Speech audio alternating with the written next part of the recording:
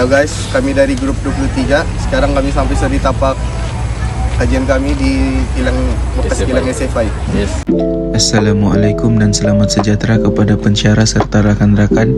Seterusnya saya akan menerangkan definisi pemecatan tanpa notis.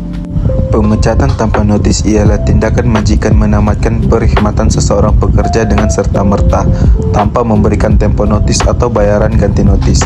Walau bagaimanapun, tindakan ini tidak boleh dilakukan sewenang-wenangnya. Majikan hanya boleh mengambil tindakan tersebut apabila pekerja melakukan salah laku yang serius sehingga menyebabkan hubungan kepercayaan antara majikan dan pekerja terjejas.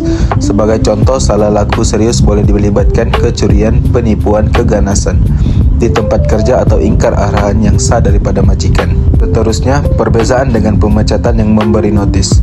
Perbezaan dengan pemecatan yang memberi notis, majikan perlu memaklumkan pekerja terlebih dahulu mengikut tempo notis yang ditetapkan dalam kontrak pekerjaan atau undang-undang. Jika notis tidak diberikan, majikan perlu membayar gaji sebagai ganti notis.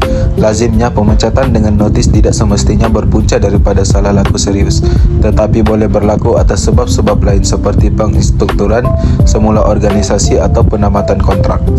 Kesimpulannya, pemecatan tanpa notis merupakan penamatan pekerja yang berlaku serta-merta dan hanya dibenarkan apabila terdapat alasan yang sah, khususnya melibatkan salah laku serius.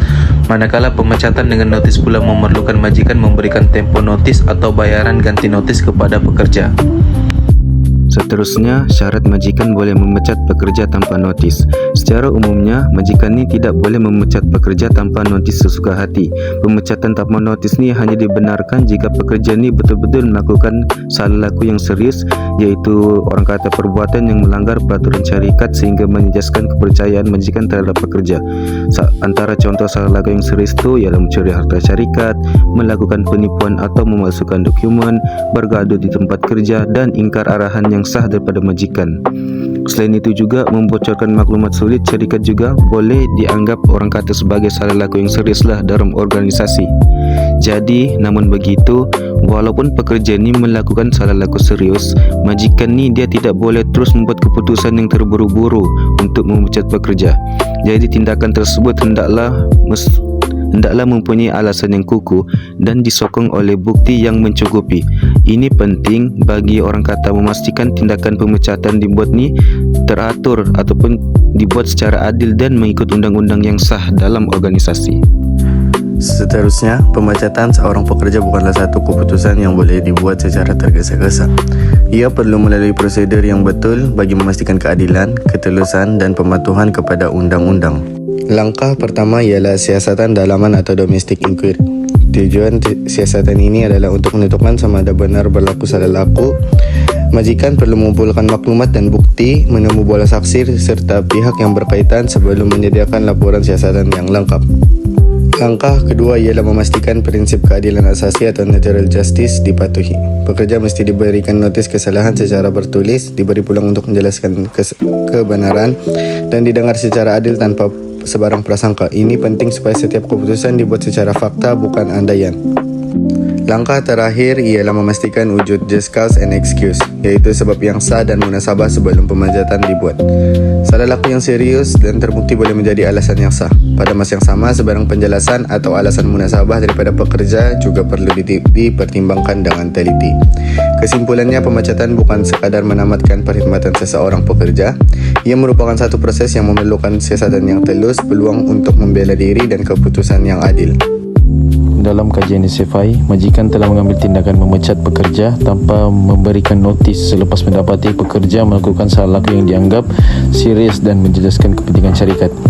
Sebelum keputusan pemecatan dibuat, majikan telah menjalankan siasatan dalaman bagi mendapatkan fakta serta bukti berkaitan kes tersebut.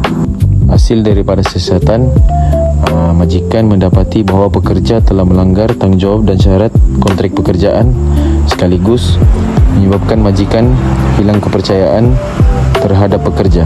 Oleh itu, majikan memutuskan untuk menamatkan perkhidmatan pekerja serta-merta tanpa notis. Berdasarkan fakta kes, tindakan majikan boleh dianggap memenuhi syarat pemecatan tanpa notis sekiranya pekerja benar-benar melakukan salah laku serius misconduct mengikut prinsip undang-undang pekerjaan. Pemecatan tanpa notis hanya diberikan kepada pekerja apabila melakukan pelanggaran yang serius terhadap kontrak pekerjaan seperti ketidakjujuran, penipuan, kecurian dan lain-lain. Seterusnya, saya akan membincangkan tentang kesimpulan dan cadangan berkenaan dengan prosedur pemecatan pekerja mengikut Undang-Undang Malaysia. Pemecatan tanpa notis hanya boleh dilakukan jika pekerja melakukan salah laku yang serius.